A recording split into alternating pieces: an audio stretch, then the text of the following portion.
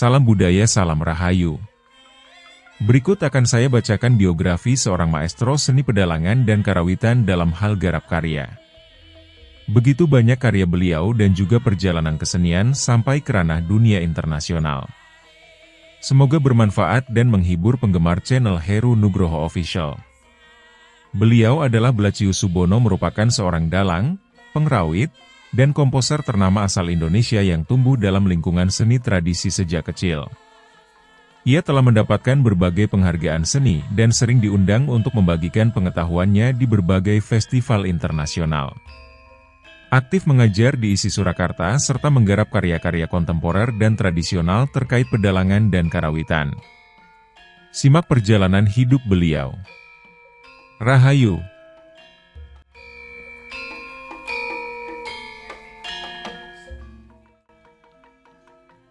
Blacius Subono merasa beruntung karena tumbuh dalam 3 pijakan seni tradisi. Pertama, ia lahir di lingkungan keluarga dalang. Kedua, ketika memasuki masa sekolah menengah ia belajar karawitan secara formal di Sekolah Konservatori, sekarang SMK Negeri 8 Surakarta. Keberuntungan ketiga, ia belajar mendalang di Akademi Seni Kerawitan Indonesia, sekarang ISI Surakarta. Kini, 3 pijakan seni tradisi itu telah membentuk dirinya menjadi dalang, pengrawit, dan komposer andal. Di kalangan pengrawit, ia dikenal sebagai pengrawit edan karena kreativitasnya yang melampaui kemampuan pengrawit-pengrawit pada umumnya. Konon karena banyak gending ciptaannya yang keluar dari patron atau pakem kerawitan, di konservatori dan akademi saya bertemu dengan banyak seniman yang benar-benar maestro di bidangnya. Ada Gendon Humardani, Rahayu Supanggah, dan sebagainya. Saya berada dalam iklim kompetisi kreativitas kenian di Solo yang berkembang masa itu, dikenang pria yang akrab disapa Bono. Lahir di Klaten, 3 Februari 1954, sejak kecil Bono sudah berada di tengah pusaran seni tradisi yang deras. Ayahnya, Yusuf Kiatdiharjo, merupakan dalang tangguh di wilayah Surakarta, sekaligus guru bagi 2 dalang ternama saat ini, Ki Anom Suroto, dan Ki Mantep Soedarsono. Ibunya adalah seorang penembang, darah seni sang ayah mengalir deras ke dalam tubuhnya. Ia mulai belajar gamelan dan mendalang sejak usia 6 tahun. Pada usia 12 tahun, Bono sudah hafal puluhan gending, dan tampil mendalang di muka umum. Saya belajar kerawitan dan dalang sejak anak-anak. Keduanya sangat kompleks dan rumit. Karena sudah memiliki dasar, saya tinggal mengembangkannya di sekolah formal, dan masa-masa berikutnya membuat keduanya sesuai dengan keinginan saya. Kata pria bertubuh tambun ini, menurut Bono, bagi siapa saja yang belajar dalang mau tidak mau harus mengenal gending, kerawitan. Hanya dalam kondisi seperti itulah dunia seni pedalangan diniscayakan. Kedua wilayah itu merupakan satu kesatuan yang tidak terpisahkan. Bagi seorang dalang, belajar gending itu mutlak. Bagi pengrawit, memahami dunia wayang itu sebuah keharusan. Itulah mengapa saya merasa beruntung bisa belajar keduanya sejak kecil. Ujar anak ke-7 dari 9 bersaudara ini. Dia menilai pada masa sekarang tidak banyak pengrawit muda yang mau belajar pedalangan. Hal yang sama juga terjadi pada sebagian besar dalang muda yang hanya mau belajar wayang, tanpa mengembangkan pengannya terhadap gamelan. Pedalangan dan kerawitan tidak bisa dipisah-pisah. Jika ingin menguasai, ia harus mau mempelajari keduanya dengan serius. Ujar pengrawit yang beberapa kali diundang mengikuti festival dan memberikan workshop gamelan di Vancouver, Kanada. Tahun 1980, setamat dari jurusan pedalangan ASKI Surakarta, merupakan awal titik balik kehidupan Bono berkesenian. Ia tak hanya dikenal sebagai dalang dan pengrawit, tapi juga seorang komposer khususnya garap gending untuk pertunjukan tari, wayang kulit, wayang orang, teater, dan konser gamelan. Dunia kontemporer tahun-tahun berikutnya ia mulai merambah dunia seni kontemporer. Bono misalnya mulai menggarap penataan gending bagi pertunjukan seniman-seniman besar lintas kalangan, seperti musik tari untuk pertunjukan Sardono Wekusumo, Retno Maruti, Eli Luthan, Dedi De Luthan, serta gending-gending untuk pagelaran wayang kulit Ki Anom Suroto, Ki Mantep Soedarsono, dan Ki Sujiwo Tejo. Tahun 2010, ia menggarap musik sendratari Mata Ati yang menghebohkan itu. Tidak hanya pakeliran klasik, ia juga menggarap gending pakeliran baru yang inovatif, antara lain untuk wayang wahyu, wayang sandosa, wayang kancil, dan bahkan wayang multimedia. Akar saya tetap seni tradisi. Karya-karya saya yang disebut kontemporer itu hanya bentuk eksplorasi saya terhadap musik tradisional, ujar pria yang tahun 1995 lalu mendapat penghargaan Satya Lencana Budaya dari Lembaga Kebudayaan Jawa, dan Anugerah Seni dari Mendikbud, sekarang Mendiknas, setahun berikutnya sebagai komposer.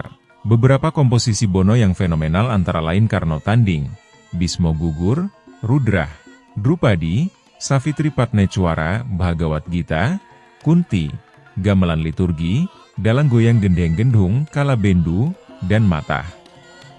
Ati, dalam garapan gending untuk teater tari ini, betapa Bono terlihat sangat menguasai dramaturgi musik tari, serta tetap mempertahankan nuansa budaya Jawa klasik yang menjadi akar kreativitasnya. Tahun 2010, ia mengejutkan para musisi, khususnya pengrawit, ketika menciptakan gending Suryo Gumlewang. Gending yang khusus diciptakan untuk Solo International Ethnic Music, SIM, itu dalam bentuk orkestra yang mengeksplorasi gamelan Bali, Minang, dan Sunda. Gending ini melibatkan 50 pengrawit, dan 10 pesinden. Suryo Gumlewang sendiri merupakan media baru bagi Bono untuk menyampaikan pesan moral dan kemanusiaan, ajaran kebaikan bisa disampaikan lewat media apa saja. Kebetulan saya berada di dunia musik tradisi, maka pesan kebaikan saya sampaikan lewat gending-gending seperti ini, ujar komposer yang setiap tahun diundang mengikuti festival gamelan di berbagai negara di Asia, Eropa, dan Amerika. Sementara sebagai dalang, sejak 10 tahun lalu Bono mulai memperkenalkan kembali wayang wahyu. Tak hanya mendalang, pengajar kerawitan dan pedalangan di ISI Surakarta ini juga menulis naskah, serta menggarap gending untuk wayang yang menampilkan cerita dari Injil ini. Wayang wahyu termasuk garapannya yang fenomenal. Sejak wayang ini diciptakan oleh Bruder L. Timotius Wignio Subroto FIC tahun 1960, selama lebih dari 20 tahun wayang ini mati suri. Wayang wahyu adalah pergelaran wayang kulit dengan misi penyebaran agama Katolik. Kisah-kisah dalam wayang ini mengadopsi cerita dalam Alkitab, Injil, baik perjanjian lama maupun perjanjian baru. Jangankan masyarakat umum, umat Katolik sendiri pun banyak yang tidak tahu wayang ini, ujar Bono yang pernah menjadi anggota tim 8 penyusun naskah wayang Semarembabar Jati Diri pesanan mantan Presiden Soeharto almarhum. Bono sendiri sampai saat ini terlibat aktif untuk mengenalkan kembali wayang wahyu, baik sebagai dalang, pembicara, dan menggarap gending untuk pertunjukannya. Tidak hanya gending untuk wayang wahyu, sejak tahun 2011 Bono juga mulai menciptakan gending-gending berdasarkan teks Injil ke dalam macapat. Beberapa macapat ini kemudian dilahirkan kembali dalam bentuk kidung lelayu untuk misa requiem, kematian, serta menggarap orkestrasi gerere untuk misa ekaristi, Natal, dan Paskah. CV Blasius Subono, Eskar, MSN 1 Biodata. Nama lengkap, Blasius Subono Eskar Mesnanak ke-7. Dari 9, bersaudara YG hidup nama ayah, Ki Yusuf Kiat Diharja nama ibu, Teresia Suparti nama istri, Endang Saraswati Dwi Lestari anak, 2 orang anak. Pendidikan SD, 1969 SMP, 1973 SMA, 1976 perguruan tinggi. S1, 1984, S2 2003 pengalaman kerja, TH, 1978 asisten dosen TH, 1984 dosen TH, 2019 purna tugas dosen, 2019 sekarang aktif tingkat nasional pengalaman berkesenian, karawitan dan pedalangan. Berkesenian keliling dunia Eropa, Amerika, Asia, terbaru adalah di Qatar Asia. Tingkat nasional sering menjadi pembicara dan bekerja sama dengan Sampurna Foundation 2020 hingga 2022 di Taman Mini Indonesia. Indah prestasi yang telah dicapai dalam dunia kesenian. Penghargaan Satya Lencana Budaya dari Lembaga Kebudayaan Jawa Anugerah Seni dari Menteri Depdikbud. Pengalaman di Wayang Wahyu, aktif di paguyuban Wayang Wahyu mulai tahun 2006. Jumlah pentas mendalang Wayang Wahyu sebanyak 15 kali, membuat iringan Talu Wayang Wahyu. Sementara sebagai dalang, Sejak 10 tahun lalu Bono mulai memperkenalkan kembali wayang wahyu. Tak hanya mendalang, pengajar kerawitan dan pedalangan di ISI Surakarta ini juga menulis naskah, serta menggarap gending untuk wayang yang menampilkan cerita dari Injil ini. Wayang wahyu termasuk garapannya yang fenomenal.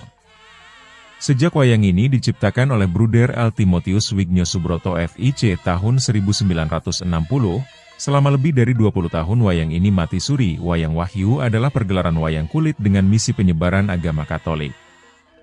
Kisah-kisah dalam wayang ini mengadopsi cerita dalam Alkitab, Injil, baik Perjanjian Lama maupun Perjanjian Baru.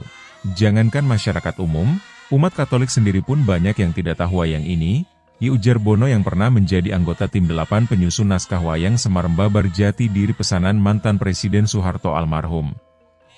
Bono sendiri sampai saat ini terlibat aktif untuk mengenalkan kembali wayang wahyu, baik sebagai dalang, pembicara, dan menggarap gending untuk pertunjukannya. Tidak hanya gending untuk wayang wahyu, sejak tahun 2011 Bono juga mulai menciptakan gending-gending berdasarkan teks Injil ke dalam macapat. Beberapa macapat ini kemudian dilahirkan kembali dalam bentuk kidung lelayu untuk misa requiem, kematian, serta menggarap orkestrasi gerere untuk misa ekaristi, Natal, dan Paskah. CV Blasius Subono, Eskar, MSN 1 Biodata. Nama lengkap, Blasius Subono Eskar Mesnanak ke-7. Dari 9, bersaudara YG hidup nama ayah, Ki Yusuf Kiat Diharja nama ibu, Teresia Suparti nama istri, Endang Saraswati Dwi Lestari anak, 2 orang anak. Pendidikan SD, 1969 SMP, 1973 SMA, 1976 perguruan tinggi. S1, 1984, S2 2003 pengalaman kerja, TH, 1978 asisten dosen TH, 1984 dosen TH, 2019 purna tugas dosen, 2019 sekarang aktif tingkat nasional pengalaman berkesenian, karawitan dan pedalangan. Riwayat kesenian. A. Pentas mendalang sejak umur 12 tahun, keturunan dalang. B. Tahun 1979 misi kesenian di Inggris. C. Tahun 1980 sampai sekarang sering memberi penataran, ceramah, membina seni karawitan dan pedalangan, baik tingkat daerah maupun tingkat nasional.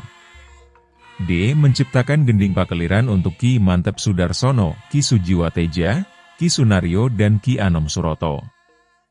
E. Tahun 1982 misi kesenian di Inggris, Belgia dan Prancis. F. Tahun 1984 dan 2002 misi kesenian di Inggris dan Spanyol. G. Tahun 1986 tim seni ekspos di Vancouver, Kanada dan Amerika. Haji. Tahun 1988 misi kesenian ke Kolombia. I. Tahun 1991 mengajar dan pentas wayang di Kanada. J. Tahun 1993 misi kesenian di Jepang. K. Tahun 1994 misi kesenian di Australia. L. Tahun 1995 misi kesenian di Wina, Austria, Jerman, dan Swiss.